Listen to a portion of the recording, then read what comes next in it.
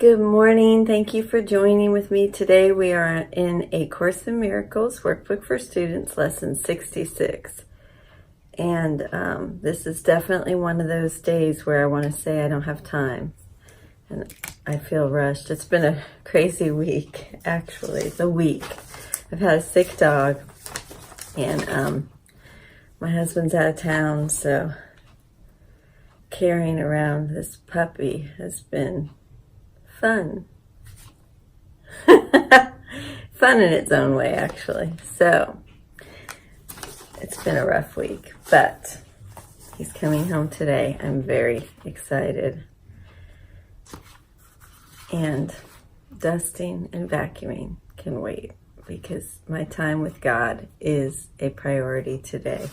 It's one of those that I will not say no to anymore. That and exercise, except the past 3 days because of my dog, which it was necessary. Okay. Song of Prayer. Prayer, forgiveness, and healing. We are in part 2, the ladder of prayer. And today we're on paragraph 3. It is also possible to reach a higher form of asking out of need, for in this world prayer is reparative, and so it must entail levels of learning. Here, the asking may be addressed to God in honest belief, though not yet with understanding.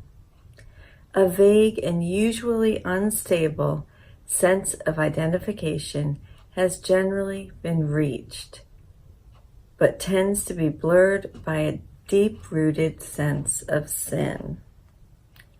It is possible at this level to continue to ask for things of this world in various forms, and it is also possible to ask for gifts, such as honesty or goodness, and particularly for forgiveness, for the many sources of guilt that inevitably underlie any prayer of need. Without guilt, there is no scarcity. The sinless have no needs. Okay. Let's go ahead and say a prayer, shall we? Father, today I would but hear your voice. In deepest silence, I would come to you to hear your voice and receive your word. I have no prayer but this. I come to you to ask you for the truth, and truth is but your will, which I would share with you today. Father, please let me know my brother as I know myself. The kingdom is perfectly united and perfectly protected, and the ego will not prevail against it. Amen. Okay, so now we move on to lesson 66. My happiness and my function are one. You have surely noticed an emphasis throughout our recent lessons on the connection between fulfilling your function and achieving happiness. This is because you do not really see the connection, yet there is more than just a connection between them. They are the same. Their forms are different, but their content is completely one. The ego does constant battle with the Holy Spirit on the fundamental question of what your function is. So does it do constant battle with the Holy Spirit about what your happiness is. It is not a two-way battle. The ego attacks and the Holy Spirit does not respond. He knows what your function is. He knows that it is your happiness. Today we will try to go past this wholly meaningless battle and arrive at the truth about your function. We will not engage in senseless arguments about what it is. We will not become hopelessly involved in defining happiness and determining the means for achieving it. We will not indulge the ego by listening to its attacks on truth. We will merely be glad that we can find out what truth is. Our longer practice period today has as its purpose your acceptance of the fact that not only is there a real connection between the function God gave you and your happiness, but that they are actually identical. God gives you only happiness. Therefore, the function He gave you must be happiness, even if it appears different. Today's exercises are an attempt to go beyond these differences in appearance and recognize a common content where it exists in truth. So today we are to go beyond these differences in appearance and recognize a common content where it exists in truth. Begin the 10 to 15 minute practice period by reviewing these thoughts. God gives me only happiness. He has given my function to me. Therefore, my function must be happiness. Try to see the logic in this sequence, even if you do not yet accept the conclusion. It is only if the first two thoughts are wrong that the conclusion could be false. Let us then think about the premises for a while as we are practicing. The first premise is that God gives you only happiness. This could be false, of course, but in order to be false, it is necessary to define God as something He is not. Love cannot give evil, and what is not happiness is evil. God cannot give what He does not have, and He cannot have what He is not. Unless God gives you only happiness, He must be evil. And it is this definition of Him you are believing if you do not accept the first premise. The second premise is that God has given you your function. We have seen that there are only two parts of your mind. One is ruled by the ego and is made up of illusions. The other is home of the Holy Spirit where truth abides. There are no other guides but these two to choose between, and no other outcomes possible as your result of choice, but the fear that the ego always engenders, and the love that the Holy Spirit always offers to replace it. So I'm going to repeat that sentence because I want to.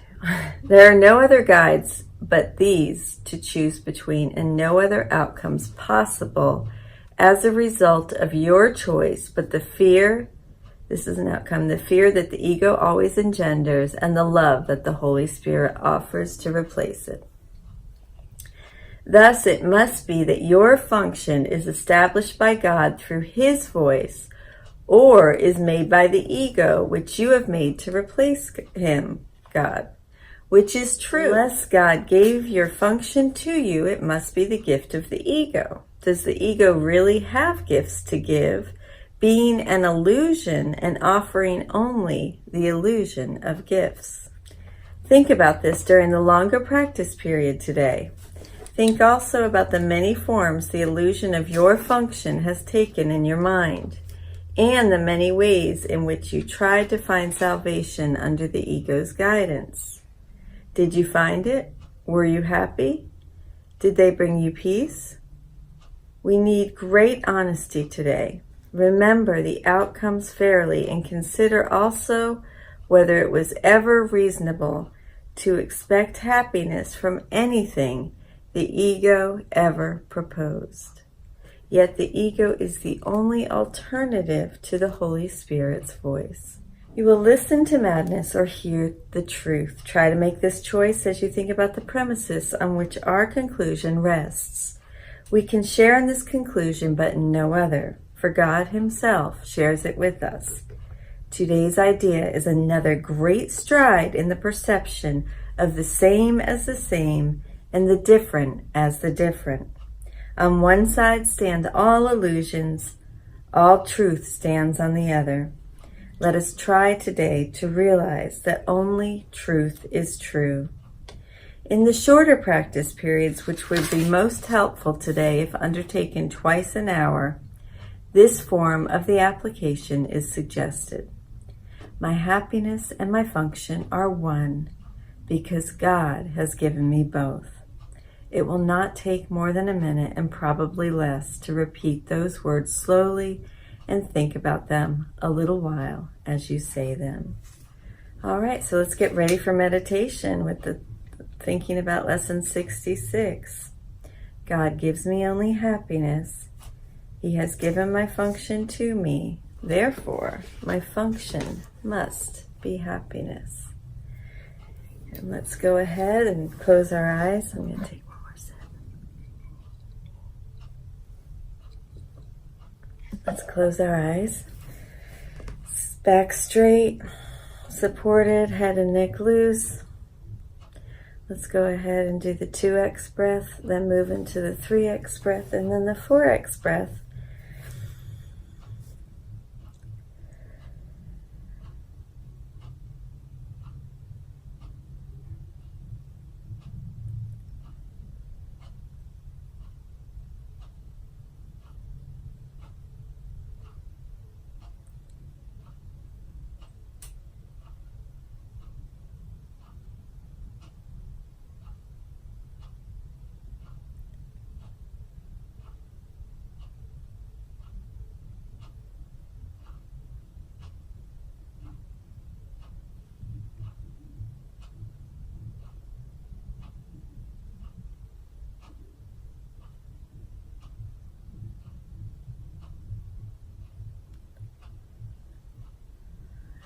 And when you're doing the 4x breath, hold it and envision on the inhale, the breath coming up through your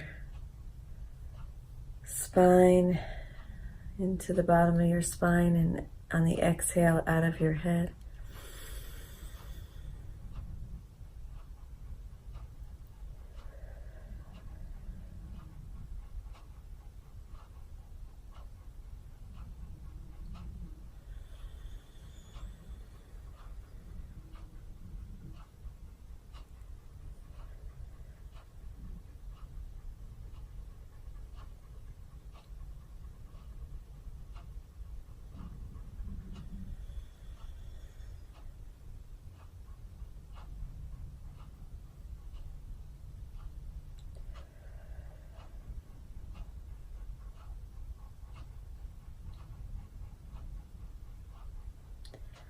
Now let's come to our senses. Taste what you taste. Taste what's in your mouth. And take a big inhale and see what you smell. Hear what you hear. Feel what you feel physically. And see what you see.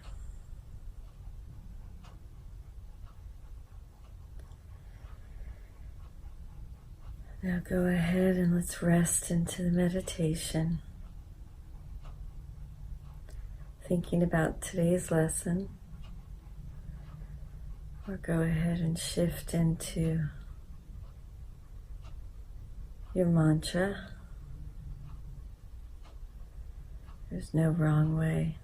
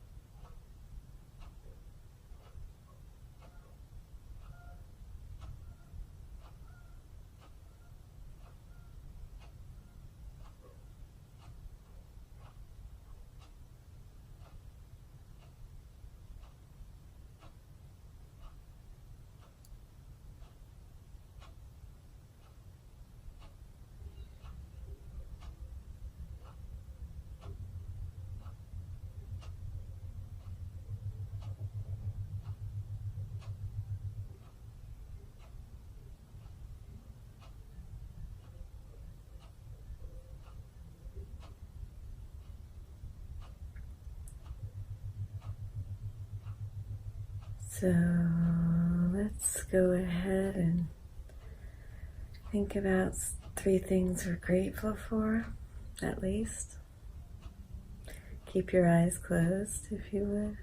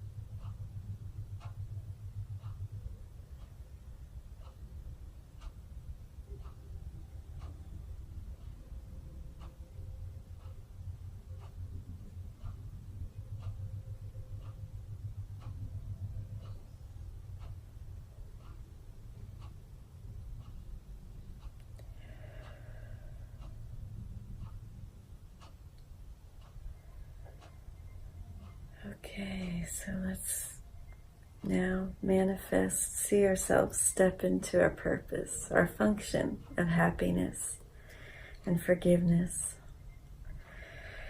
Just see yourself stepping into that function and shining bright in this world today, no matter what you have to do, no matter what your to-do list is.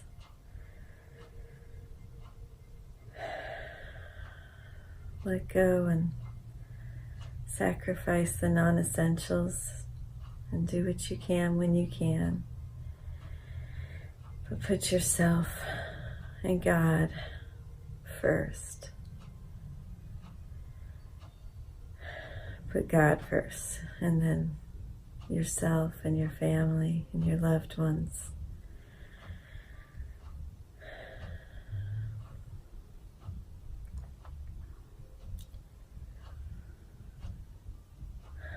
And just see yourself in all your glory, following your passion and living your function. And go ahead and smile big. Just smile big. Just consider this part of a smiling meditation. Just see yourself smiling so big.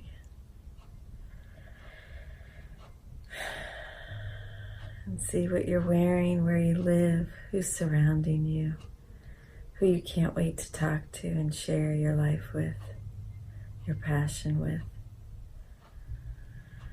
And see those that kind of bring up unforgiveness in you, and see them basking in their glory.